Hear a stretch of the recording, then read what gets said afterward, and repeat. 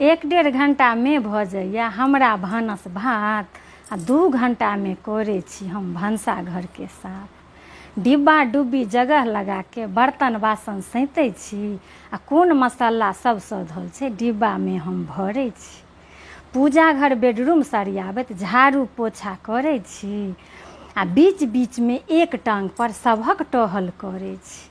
परैस के खायब तो दूर जाय, कियो पानि लऽ कऽ नहि पीबै छै आ कियो थारी से बाहर करत, कियो परसन मांगै छै। कपड़ा लत्ता खिचबै रखबै सब पहिरै लए मांगै छै आ जेना हम रोबोट रहियै तहिना सब बुझै छै। फोन पर गप करैत देख कऽ सभक खून जरै छै आ काज कोनो रुकल रहै छै नहि। हमर खुशी नहि देखल जाइ छै, हमर खुशी नहि देखल जाइ छै।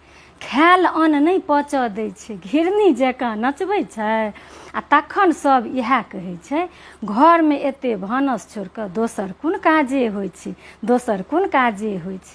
हमर दिन तऽ अहिना बितैया, अहाँ सब अपन बतायब।